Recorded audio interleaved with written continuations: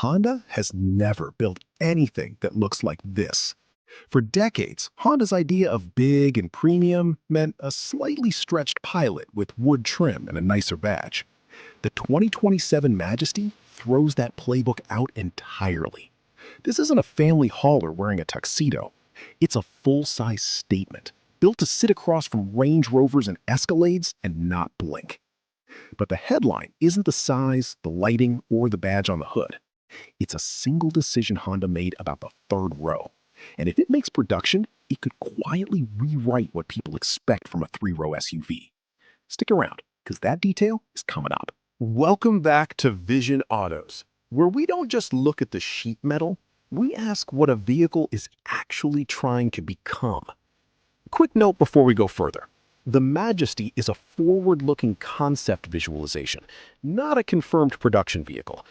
Think of this as an educated read on where Honda's flagship SUV ambitions are heading, not a spec sheet. With that out of the way, let's get into it. The first thing that hits you is stance.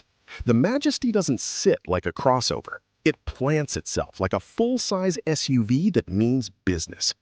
A low, wide grille stretches almost the full width of the nose, flanked by narrow, blade-like LED lighting that gives it a sharp, unmistakable face after dark. Where most concept SUVs chase a coupe-like roofline for drama, the Majesty refuses to. The roof stays tall and flat all the way to the rear pillar, a quiet signal that Honda didn't sacrifice headroom or third-row space just to look sportier in a press photo. Chunky underbody cladding, a raised ride height, and knuckle-guard skid plates hint this thing is meant to leave the pavement occasionally, not just look like it could. Around back, a single, unbroken light bar spans the tailgate, dropping down into the corners like brackets holding the design together. It's clean, symmetrical, and, importantly, doesn't try to copy the Kia Hyundai light bar trend beat for beat. Honda gives it a slightly upright, formal finish that reads more flagship sedan than adventure wagon. Dual exhaust tips peek out from a sculpted lower bumper, which tells you Honda isn't ready to fully abandon a gas or hybrid option, at least not yet. So what's under it? The most realistic bet is a two-motor hybrid system paired with a small, efficient gas engine, giving the Majesty silent, electric-first driving around town, with the range and refueling speed buyers expect on long hauls. A fully electric variant is plausible down the line, but only once Honda can guarantee real road trip range and fast charging, not just a good spec sheet. What actually matters here isn't a horsepower number. It's how the power arrives. The goal would be a seamless, single wave of acceleration, no jerkiness between electric and gas, plus an adaptive air suspension that irons out broken pavement and drops the body at highway speed to cut drag. Inside, the dash wraps the driver in one continuous display, but Honda keeps real physical dials for climate and drive mode, which is the right call. Concepts that delete every button always look great in renderings and terrible to actually live with. The AI system is built around anticipation, not gimmicks.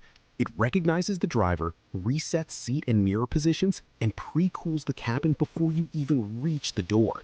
Say, long drive ahead, and it quietly adjusts seat firmness, ambient lighting, and route to favor rest stops.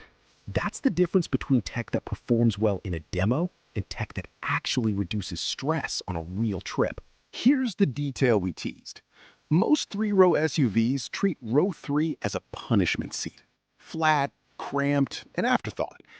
The Majesty concept flips that.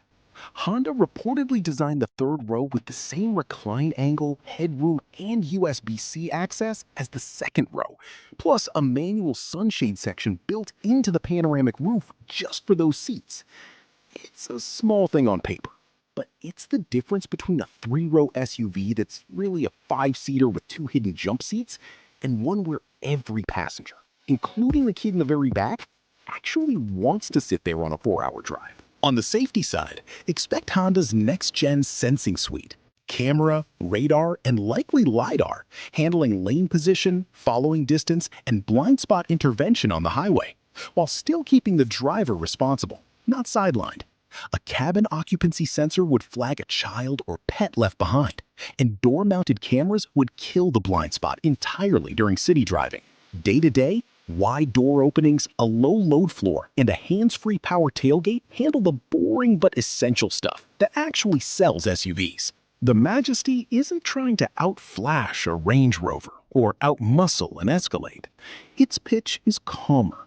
Flagship space, smart electrification, and a cabin that treats every seat, not just the front too, as worth designing properly. That's a very Honda way to compete at the top of the market. The real questions are whether Honda can deliver materials that actually feel worth the price tag, and whether this scale stays efficient. A concept can't answer that. Only a showroom can.